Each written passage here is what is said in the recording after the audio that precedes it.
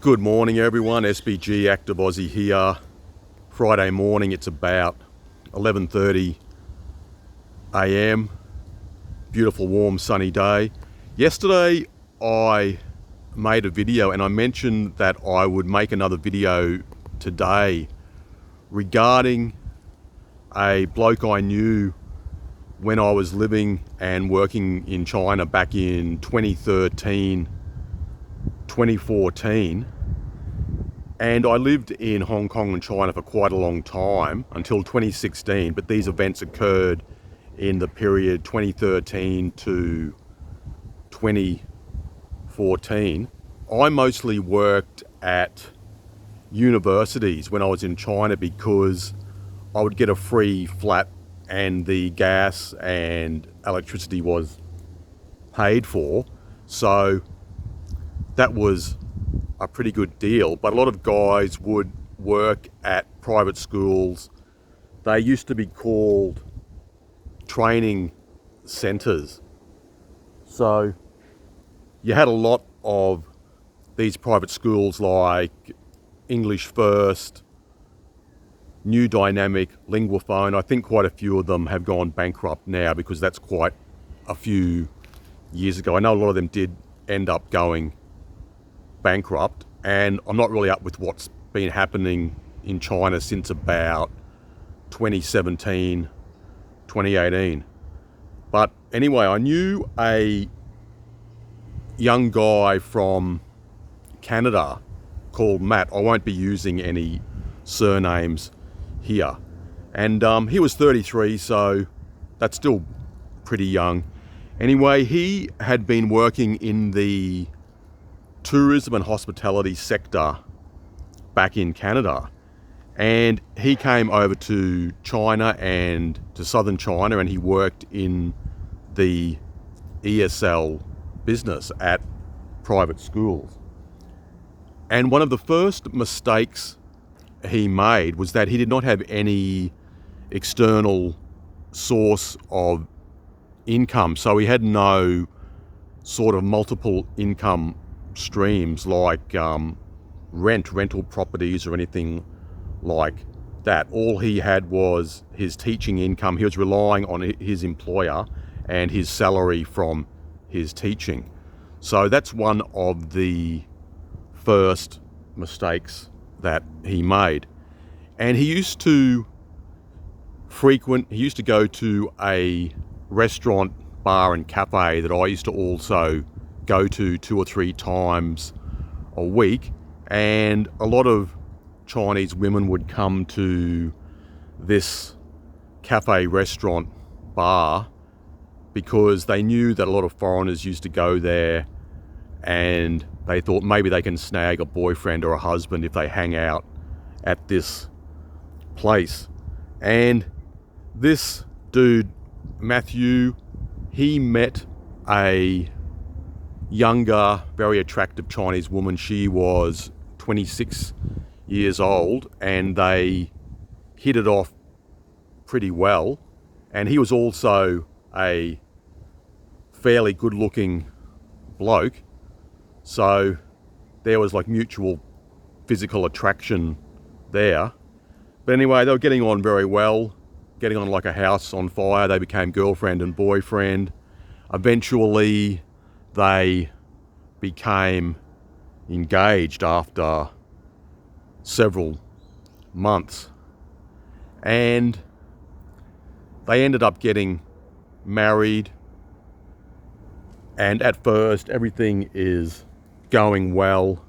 They're getting on very well, having lots of good sex, which often happens in the early stages of a marriage before things really start to go downhill. But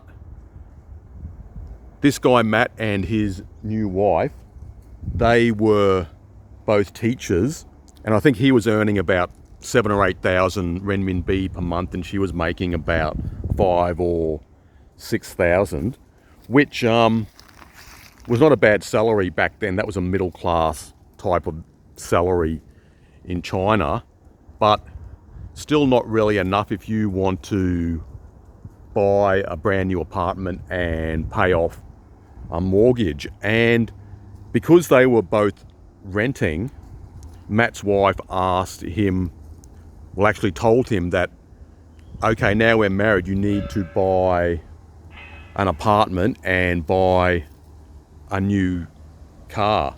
And this is what often happens in China. As a condition of marriage, the man must buy his woman, his wife, an apartment and a car.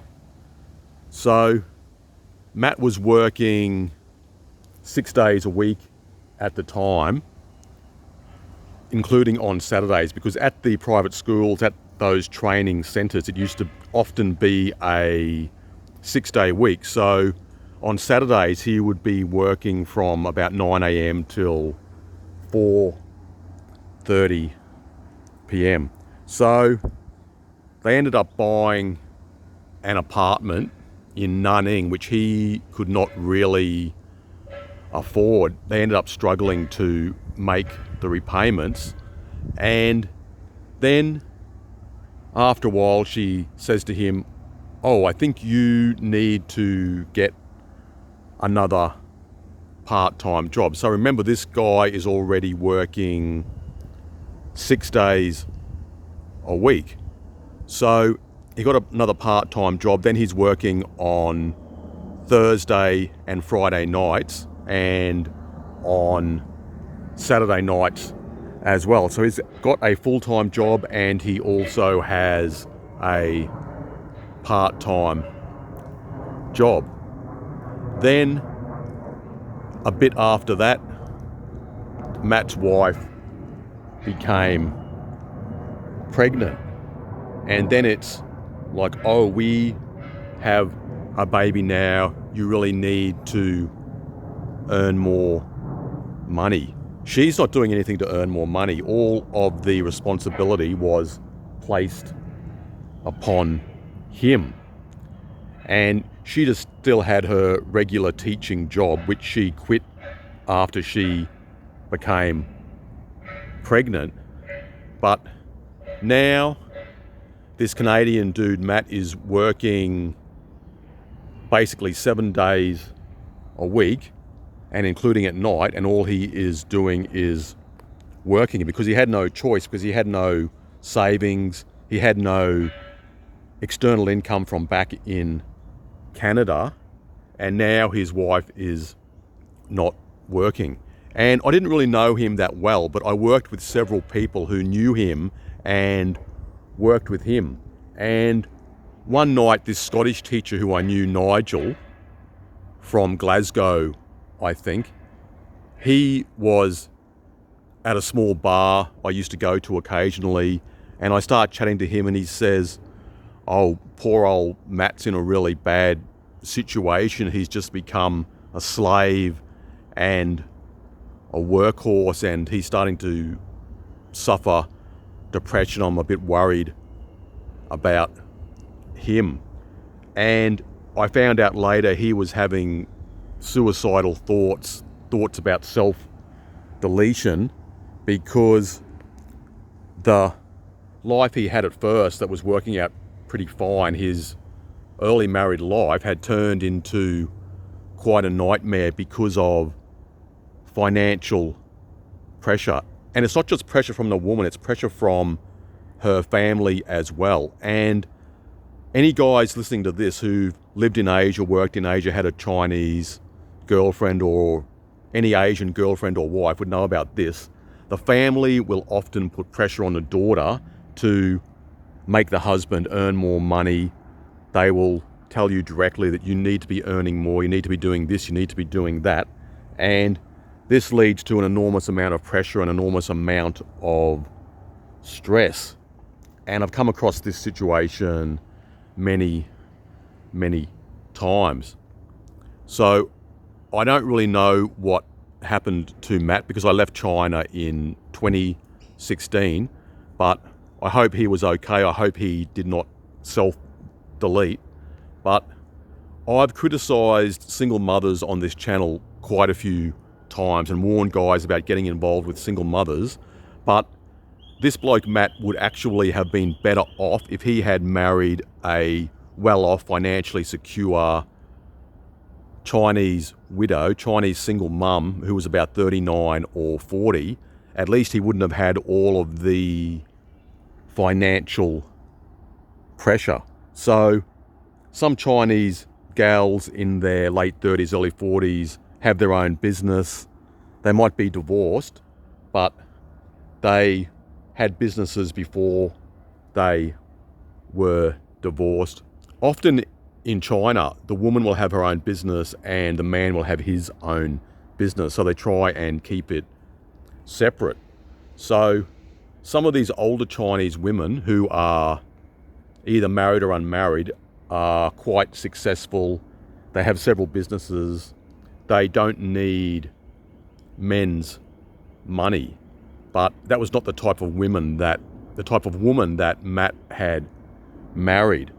So it's just a warning that men need to be very, very careful when they're living in Asian countries, when they marry Asian girls, whether that's China, Thailand, South Korea, Philippines, wherever. And that's just one story, one example. I can think of a lot of other ones, but just wanted to mention that this guy was quite well known in the ESL industry, actually, and word got around that he was struggling financially, that his wife had turned into a real dragon. So around Guangdong and Guangxi in the ESL sector, this story was fairly well known.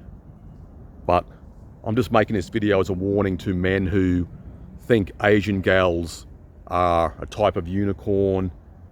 They are not. They can be just as bad as Western gals and they can destroy your life. Anyway, that's about all for now, gents. Leave some feedback, leave some comments as usual, and I'll talk to you later.